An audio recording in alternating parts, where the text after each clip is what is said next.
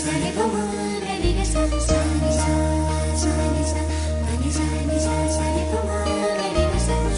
भारत, स्वस्थ भारत, स्वस्थ भारत, स्वस्थ भारत।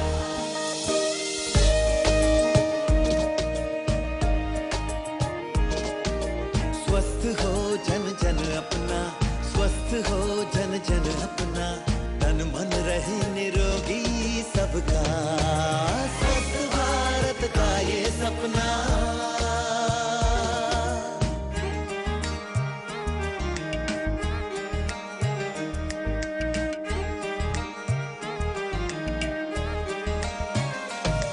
सुविधाएं दे रही सरकार, लाभ उठाना सबका अधिकार, पहुँचे सूचना हर आंगन द्वार, प्रयासरत केंद्र सरकार।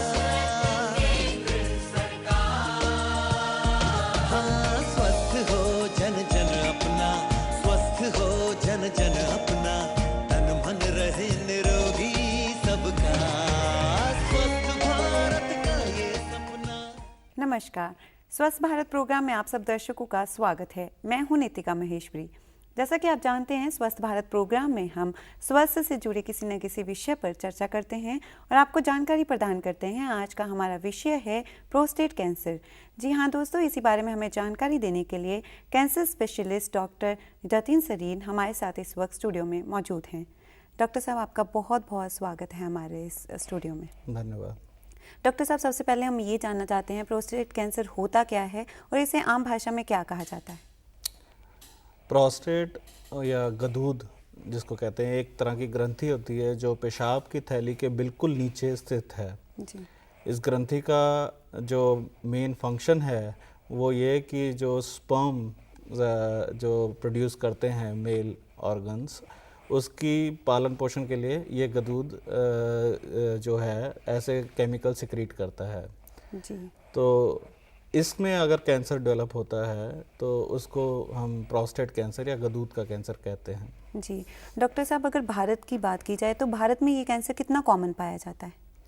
भारत में ये कैंसर जैसे कि वेस्टर्न कंट्रीज़ के मुकाबले थोड़ा सा कम कॉमन है, लेकिन कुछ रीजन्स जैसे कि पंजाब हो गया या नॉर्दर्न रीजन्स जो हो गए, जिनका डाइटरी पैटर्न्स जो वेस्टर्न पॉपुलेशन के बराबर है या वेस्टर्न पॉपुलेशन से मेल खाता है, वहाँ ये उतना ही कॉमन है जितना कि वेस्ट में है। यानी कि लगभग पुरुषों में ये 6th कॉमनेस्ट कैंसर है। जी।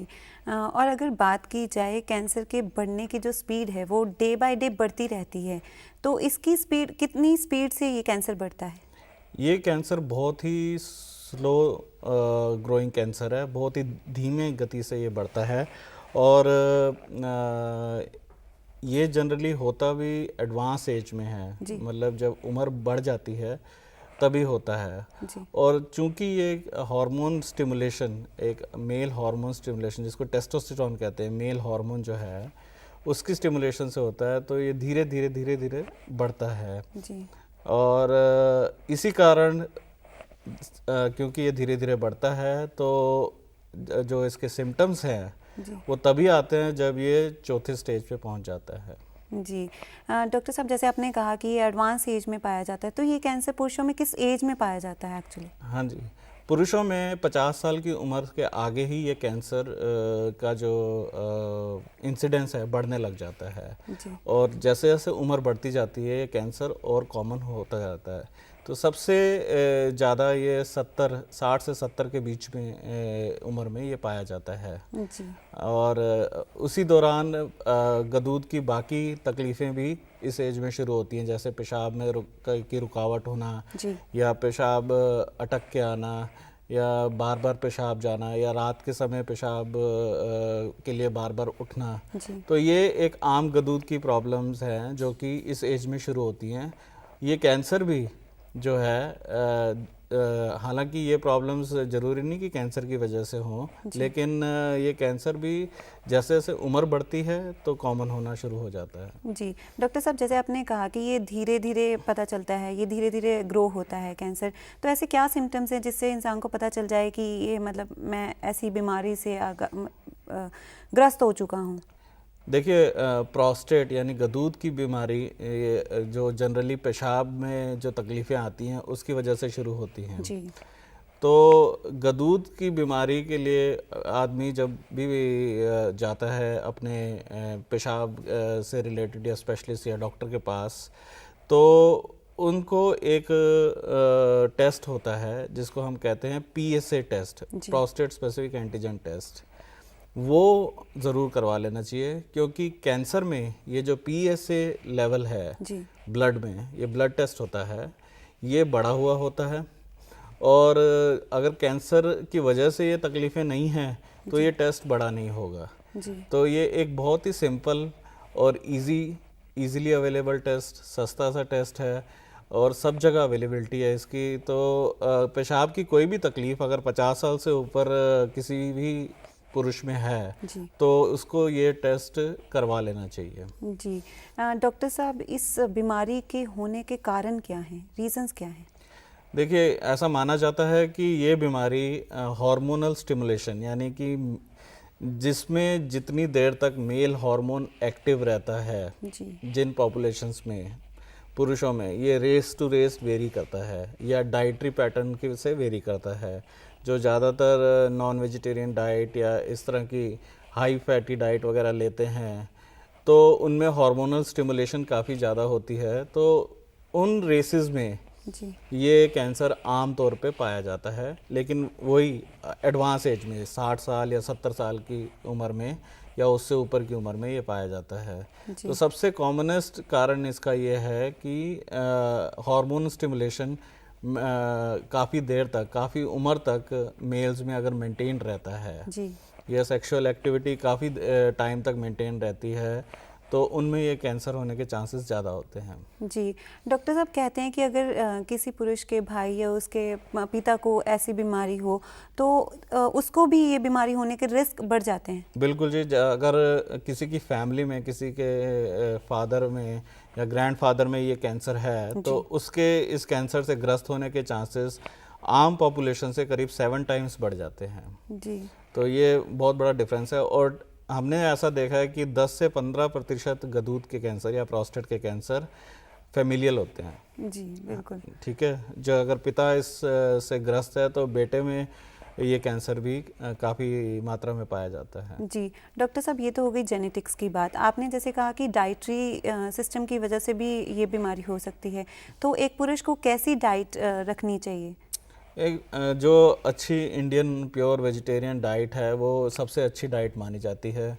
और इस उम्र में वैसे भी लेस ऑफ फैट सब लोग स्ट्रेस करते हैं, सिर्फ कैंसर के लिए नहीं, और कई बीमारियां जैसे शुगर हो गई, हार्ट की बीमारियां हो गई, इन सब के लिए लोग कहते हैं कि लेस ऑफ फैट आपको लेना चाहिए। तो less fatty diet, more of protein diet, और ये कुछ प्रिकॉशंस हैं जो ले सकते हैं। अदरवाइज सच कोई ऐसा जिसे कहते हैं परहेज या ऐसी कोई चीज़ नहीं है जो इस कैंसर को प्रिवेंट कर सकता है। बस इतना है कि इस कैंसर की अर्ली डिटेक्शन या जल्दी पता चल सकता है कि अगर आपको पेशाब की कोई भी तकलीफ है तो वो एक PSA का टेस्ट ज़रूर करवा लें। जी डॉक्टर साहब, आपने PSA के टेस्ट के बारे में बार बार बताया। इस बीमारी को डायग्नोसिस करने के लिए और कौन कौन से टेस्ट किए जाते हैं?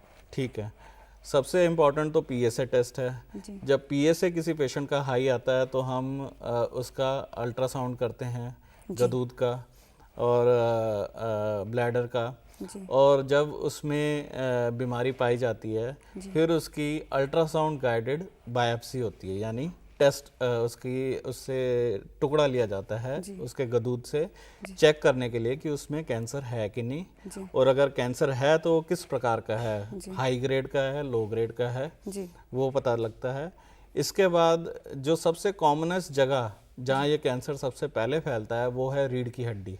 जी बिल्कुल। तो वो चेक होता है बोन स्कैन द्वारा। जी तो नेक्स्ट टेस्ट जो कॉमन टेस्ट है वो है बोन स्कैन। जी तो अगर बोन से नहीं गया तो चांसेस बहुत कम होते हैं कि ये कैंसर फैला हुआ है। जी तीसरा इम्पॉर्टेंट टेस्ट है चेस्ट एक्सरे। जो सेकंड कॉमन जगह जहाँ पे ये कैंसर फैलता है वो है फेफड़े। तो फिर उसके बाद आता है चेस्ट एक्सरे। जी और जो अगर कैंसर प्रूव हो गया और हमने ये सब चेक कर लिया कि कहीं फैला नहीं है, तो उसका लोकल स्प्रेड अच्छे से देखने के लिए नीचे के भाग का MRI या CT स्कैन बहुत अनिवार्य है आगे की ट्रीटमेंट के लिए। जी डॉक्टर साहब, जैसे आपने कहा कि ट्रीटमेंट फिर आगे आप कर सकते हैं, तो ट्रीटमेंट कैसे किया जाता है? देखिए, जो गदूद का कैंसर फैला नहीं है तो उसकी रेडिकल ट्रीटमेंट होती है दो पद्धतियों से। एक होती है सर्जरी, जी जिसको हम ऑपरेशन को कहते हैं रेडिकल प्रोस्टेक्टमी, जी और दूसरी होती है रेडियोथेरेपी। रेडियोथेरेपी यानी किरणों का इलाज। एक्सरे से हम कैंसर को ख़त्म करने की कोशिश करते हैं। जी ये दोनों ही पद्धतियाँ उस कैंसर को ट्रीट करने में इक्वली इफ़ेक्टिव हैं। जी मतलब सर्जरी से जो रिज़ल्ट है हमारे पास, वही रिज़ल्ट हमारे पास रेडिएशन से है। जी और दोनों में ही तकनीक से विकास इतना हुआ है कि जैसे सर्जरी है आजकल, इसमें प्रोस्टेट कैंसर एक पहली कैंसर की बीमारी है जिसमें रोबोटिक सर्जरी जी यानी रोबोट्स के द्वारा सर्जरी की जाती है। ये अभी लिमिटेड सेंटर्स में अवेलेबल है, जैसे दिल्ली में मेडांटा या बॉम्बे में टाटा हॉस्पिटल या इन सब जगह पे अवेलेबिलिटी है, लेकिन आने वाले टाइम में काफ़ी कॉमन हो जाएगी। जी उसी तरह से रेडिएशन जी में IMRT जैसी कुछ नई टेक्निक्स आई हैं, या IGRT जैसी नई टेक्निक्स आई हैं, जिसके द्वारा हम स्पेसिफिकली सिर्फ गदूद को रेडिएट कर सकते हैं और बीमारी ख़त्म कर सकते हैं। आसपास के अंगों में ज़्यादा कोई कॉम्प्लिकेशन नहीं आती है। जी और ये दोनों ही तकनीक अपनी अपनी जगह पे इक्वली इफ़ेक्टिव हैं इस कैंसर को जड़ से निकालने के लिए। जी अगर कैंसर फैल गया है तो सबसे कॉमन जगह ये फैलता है हड्डियों में फैलता है। तो उस केस में जैसे मैंने पहले बताया कि ये हार्मोन ड्रिवन या टेस्टोस्टेरॉन ड्रिवन कैंसर है। जी तो अगर हम टेस्टोस्टेरॉन की सप्लाई काट दें जी तो ये कैंसर कम होना शुरू हो जाता है और ये कैंसर ख़त्म होना शुरू हो जाता है। जी तो ये टेस्टोस्टेरॉन की सप्लाई दो तरीके से कटती है, या तो इंजेक्शन और दवाइयों से कटती है, जी या फिर एक ऑपरेशन होता है जिसको कहते हैं हम सर्जिकल कैस्ट्रेशन। जी आदमी की टेस्टिस अगर रिमूव कर दी जाए तो उसकी टेस्टोस्टेरोन सप्लाई ख़त्म हो जाएगी। जी तो एक ये पद्धति है। तो सबसे पहला इलाज जो इस कैंसर का होता है वो है कि हार्मोन की सप्लाई ख़त्म कर देना। जी हार्मोन की सप्लाई ख़त्म करने से इवन चौथी स्टेज का कैंसर जो है वो वाले मरीज कम से कम 5-10 साल बिना किसी तकलीफ के नॉर्मल जीवन व्यतीत करते हैं। जी सिर्फ उसको हार्मोन की सप्लाई कट ऑफ रखनी है। जी जो एग्रेसिव कैंसर होते हैं उनमें ये जो हार्मोन की सप्लाई कट ऑफ करने से जो पीरियड हमें मिलता है वो कम मिलता है, यानी 6 महीने या साल मिलता है। तो वो थोड़े ख़तरनाक किस्म के कैंसर होते हैं। अदरवाइज इन जनरल 90% या 80 to 90% केस ऐसे होते हैं कि काफ़ी लंबे समय तक हार्मोन की सप्लाई बंद करना ही एक उसकी ट्रीटमेंट होती है और पेशेंट अपना जीवन बिल्कुल आम आदमी जैसे जी सकता है। जी डॉक्टर साहब, ये तो आपने बताया सर्जरी और ऑपरेशंस के बारे में, क्या इस बीमारी का इलाज दवाइयों से भी हो सकता है? हाँ जी, जैसे मैंने बताया हार्मोन की सप्लाई अगर काटनी है तो उसके लिए एक तो दवाइयाँ होती हैं। आमतौर पे हम एक दवाई यूज़ करते हैं जिसको कहते हैं बाइक्लूटामाइड। सॉल्ट जो है वो बाइक्लूटामाइड है। तो उसके साथ एक इंजेक्शन लगते हैं। तो उन दोनों के कॉम्बिनेशन से जो इफ़ेक्ट मिलता है वो वही इफ़ेक्ट है कि अगर टेस्टिस का ऑपरेशन कर दिया जाए, हार्मोन की सप्लाई काट दी जाए, वैसा ही इफ़ेक्ट उन दवाइयों से मिल जाता है। जी तो बस वो दवाइयों से आदमी जो है ठीक ठाक रहता है। जी अगर सक्सेस रेट की बात की जाए डॉक्टर साहब, तो कितने लोगों में ये है कि मेडिसिन या सर्जरी ऑपरेशन करने से ये जो ऑपरेशन सर्जरी रहते हैं वो कारगर साबित हो जाते हैं? देखिए, जो अर्ली स्टेज कैंसर है वो तो 95% से ऊपर क्योरेबल है। जी कुछ लोग तो कहते हैं 100% क्योरेबल है कुछ केसेस में।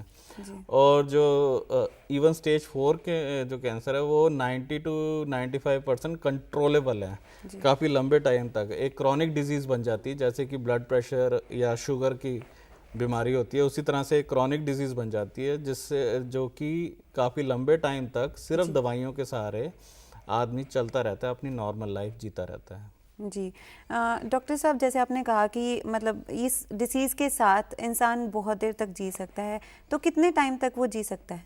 जैसे मैंने कहा कि जो लो ग्रेड ट्यूमर्स होते हैं उनमें कई बार हम 10-15 साल तक हार्मोन्स के सहारे उनको नॉर्मल जीवन व्यतीत करे, ऐसी उनको वो लाइफ हम दे सकते हैं। जी कई लोगों में तो 15-15 साल बाद ऐसा होता है कि हार्मोन ट्रीटमेंट जो है इफ़ेक्टिव नहीं रहता, फिर हमें कीमोथेरेपी, जो एक तरह की पद्धति है जिससे हम कैंसर ट्रीट करते हैं, जी उसका इस्तेमाल करना पड़ता है। जी आजकल ऐसी एडवांस हार्मोनल टेक्निक्स आ गई हैं कि हम वो जो कीमोथेरेपी का इस्तेमाल है उसको हम डिले भी कर सकते हैं और फर्दर डिले कर सकते हैं। जैसे 15 साल बाद हमें लगा कि ये हार्मोन से रिस्पॉन्ड नहीं कर रहा, तो सीधा सीधा कीमोथेरेपी स्टार्ट करने की बजाय आजकल कुछ नई दवाइयाँ आ गई हैं जो कि अब इंडिया में भी अवेलेबल हैं, जिनसे हम और लंबी 1-2 साल और निकाल सकते हैं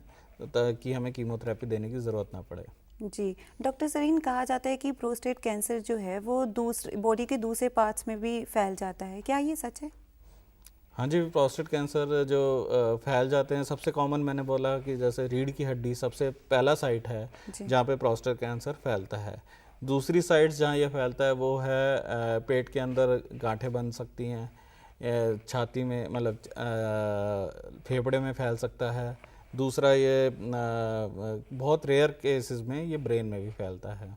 जी लाइफस्टाइल इसमें क्या रोल प्ले करती है? लाइफस्टाइल का ही ये रोग है। जी जैसे मैंने बोला कि डाइटरी पैटर्न जिन जिन जगह पे इंडिया में वेस्टर्न पॉपुलेशन वेस्टर्न कंट्रीज से मेल खाता है डाइटरी पैटर्न, उन जगह पे प्रोस्टेट कैंसर ज़्यादा होता है। तो डाइटरी पैटर्न जैसे मैंने कहा, जिनकी non vegetarian high fatty diet ये सब चीज़ें हैं, वहाँ पे प्रोस्टेट कैंसर आमतौर पे पाया जाता है। जी तो ये सबसे इम्पोर्टेंट चीज़ है डाइटरी पैटर्न में, जो अगर हम बदलाव ला सकें जी जैसे जैसे एज एडवांस होती है तो इससे थोड़ी प्रिवेंशन हो सकती है। जी डॉक्टर साहब, जैसे सरकार बहुत सारे कैंसर्स के लिए लोगों की मदद करते हैं, मरीजों की मदद करते हैं, क्या प्रोस्टेट कैंसर के लिए भी सरकार कुछ मदद देती है?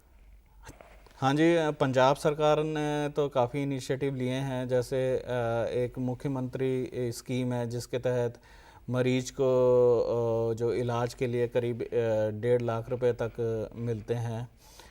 इसी तरह से कुछ NGOs हैं जो ये जो PSA टेस्ट जैसे मैंने बोला उसकी फ्री टेस्टिंग वगैरह करवाती हैं, जी तो इससे काफ़ी मदद मिल जाती है मरीज को। तो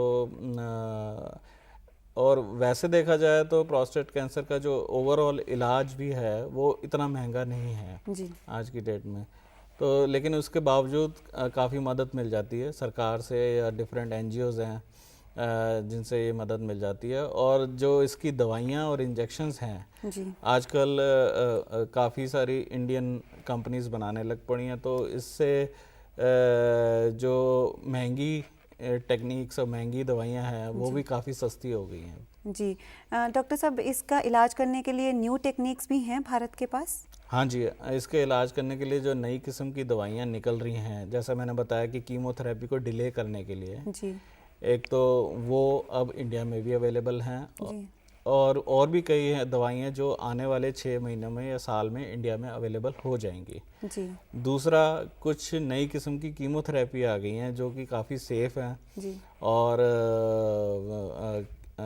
इवन जो बुज़ुर्ग हैं, मतलब 70 साल से ऊपर में कीमोथेरेपी लोग कहते हैं काफ़ी ख़तरनाक होती है। ऐसा नहीं है, काफ़ी सेफ़ कीमोथेरेपी आजकल अवेलेबल हो गई है जो काफ़ी इफ़ेक्टिव है और आराम से हम बुज़ुर्गों में भी दे सकते हैं, जी तो वो इंडिया में अवेलेबल है। जी डॉक्टर साहब, जैसे आपने कहा ये रोग तो लाइफस्टाइल का ही एक रोग है, तो अब बहुत लोग हैं जो पुरुष हैं ज़्यादातर सिटिंग जॉब करते हैं, तो वो भी क्या इस पे इफ़ेक्ट करती हैं? हाँ जी, सेडेंटरी लाइफस्टाइल और डाइटरी पैटर्न, ये दोनों ही चीज़ें जो हैं, जो रिस्क फैक्टर एक कार्डियोवैस्कुलर डिजीज़ या डायबिटीज़ के लिए है, वही रिस्क फैक्टर है प्रोस्टेट कैंसर के लिए, मैं तो ये मानता हूँ। जी तो ये सब चीज़ें इवन प्रोस्टेट कैंसर पे भी लागू होती हैं। जी डॉक्टर साहब, लेट मैरिजेस करते हैं आजकल के यूथ, वो भी क्या इस पे इफ़ेक्ट करते हैं? लेट मैरिजेस का इसमें कितना रोल है ये मैं कहना मुश्किल है, जी। लेकिन हाँ ये है कि काफ़ी देर तक जिनकी सेक्सुअल एक्टिविटी मेंटेन रहती है उनमें प्रोस्टेट कैंसर होने के चांसेस थोड़े ज़्यादा होते हैं। जी डॉक्टर साहब, कोई जो पुरुष है इस बीमारी को कैसे रोक सकता है, क्या क्या प्रिकॉशंस ले सकता है इसको रोकने के लिए?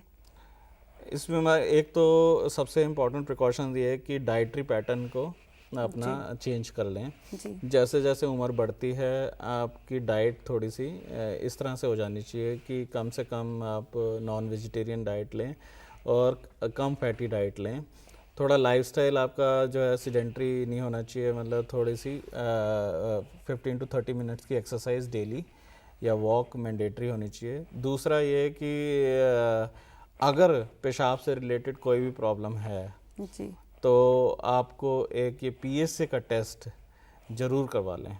जी ठीक है, PSA का टेस्ट, स्पेशली अगर आप 50 साल की उम्र से ऊपर हैं जी तो PSA का टेस्ट बहुत इंपॉर्टेंट है अगर पेशाब से रिलेटेड कुछ भी प्रॉब्लम आपको आती है तो। जी डॉक्टर साहब, जैसे कि कहते हैं कि कैंसर धीरे धीरे स्प्रेड होता है पूरी बॉडी में, तो इस कैंसर की वजह से कोई और कैंसर हो सकता है? नहीं, ऐसा नहीं होता है, इस कैंसर से कोई और कैंसर नहीं होता। हाँ, ये कैंसर दूसरी जगह स्प्रेड कर सकता है, जैसे मैंने बोला जी रीढ़ की हड्डियों में स्प्रेड कर सकता है या किसी और हड्डी में स्प्रेड कर सकता है, जिसकी वजह से हड्डियां कमज़ोर हो सकती हैं और उनमें फ्रैक्चर हो सकता है। तो ये एक इसकी कॉम्प्लिकेशन हो सकती है कैंसर की। जी और दूसरा, जैसे मैंने बोला, हार्मोन की सप्लाई कट ऑफ कर देते हैं हम इसके ट्रीटमेंट में। जी तो हार्मोन की सप्लाई कट ऑफ करने की वजह से कुछ चेंजेस आते हैं, साइकोलॉजिकल भी, कार्डियोवैस्कुलर भी, कुछ पेशेंट्स में, जो कि थोड़ा बहुत डिस्ट्रेस प्रोड्यूस करते हैं। जी तो ये एक कॉम्प्लिकेशन आ सकती है। जी डॉक्टर साहब, ये भी कहा जाता है कि ये कैंसर जब उसको बिल्कुल ख़त्म भी कर दिया जाए फिर भी उसके दोबारा होने के चांसेस हो जाते हैं, तो प्रोस्टेट कैंसर भी दोबारा होने के चांसेस होते हैं? सिर्फ एडवांस स्टेज में, सिर्फ चौथी स्टेज में ऐसा होता है कि अगर हम पूरी शरीर से कैंसर को गायब भी कर देते हैं, वो अगर ट्रीटमेंट हम बंद कर दें तो कैंसर दोबारा उछाल मारता है, यानी कि दोबारा वापस आ सकता है। जी तो फोर्थ स्टेज कैंसर हमें परसिस्टेंटली कुछ ना कुछ देना पड़ता है जिससे कि वो कैंसर दबा रहे, क्योंकि उसके कुछ सेल्स होते हैं जो कि डिवाइड नहीं कर रहे थे या जो एक्टिव नहीं होते, वो स्लीपिंग सेल्स होते हैं।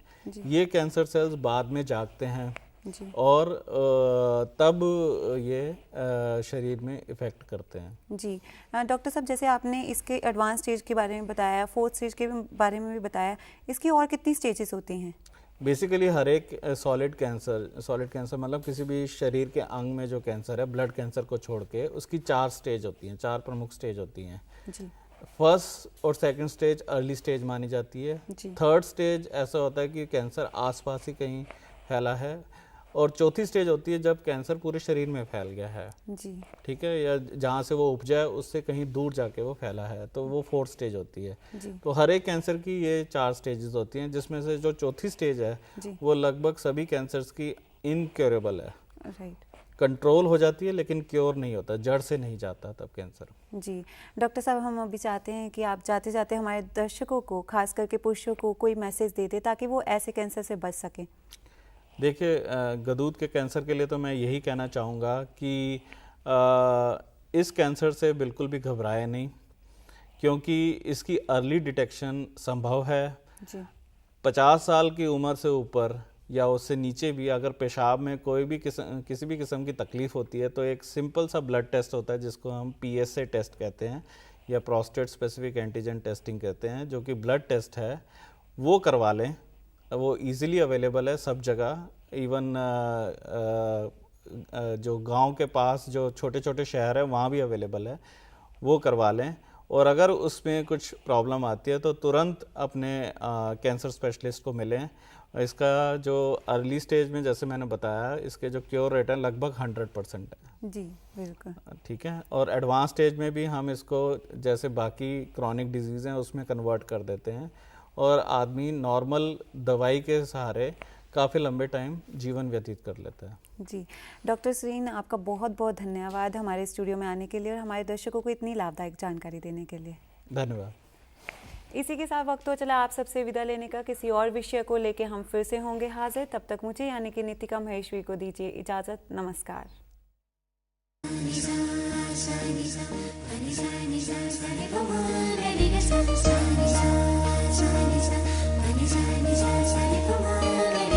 स्वस्थ भारत, स्वस्थ भारत, स्वस्थ भारत, स्वस्थ भारत।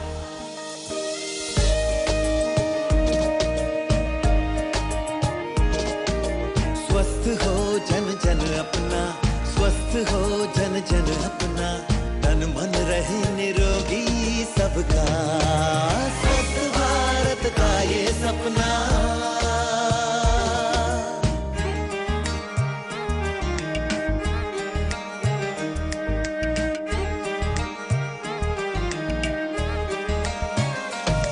सुविधाएं दे रही सरकार, लाभ उठाना सबका अधिकार, पहुँचे सूचना हर आंगन द्वार, प्रयास